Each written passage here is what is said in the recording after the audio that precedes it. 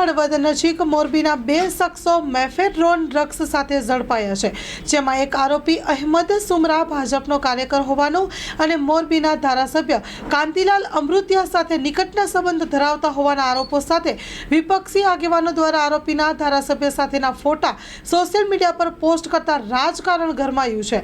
Mephedrone drugs સાથે ઝડપાયેલા મોરબીના બે આરોપીઓમાંથી અહેમદ સુમરા નામના આરોપી ભાજપનો ખેસ પહેરીને મોરબીના ધારાસભ્ય કાંતિલાલ અમૃતિયા સાથેના ફોટા મોરબીના ચર્ચાનું કેન્દ્ર બન્યું છે, જેમાં પ્રથમ આમ આદમી પાર્ટીના નેતા ગોપાલ ઇટાલિયા દ્વારા તેમના સોશિયલ મીડિયા એકાઉન્ટમાં ફોટા પોસ્ટ કરી ડ્રગ્સ માફિયા સાથે ભાજપના નેતાઓની સાઠગાંઠ હોવાના આરોપો લગાવ્યા છે।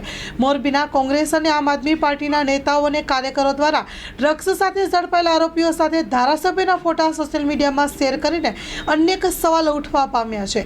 આ મામલે મોરબીના ધારાસભ્ય કાંતિલ અમૃતિયાએ મોરબી અપડેટને જણાવ્યું હતું કે તેઓ જાહેર જીવનમાં હોય, જેથી કોઈ પણ તેમની સાથે ફોટા પડાવતું હોય છે। એનો મતલબ એવો નથી કે દરેક સાથે હું જોડાયેલો હોઉં અને આ ક્રિમિનલ સાથે કોઈ સંબંધ નથી। લોકો જાણે જ છે હું આવા કોઈ પણ ક્રિમિનલનો વિરોધી છું।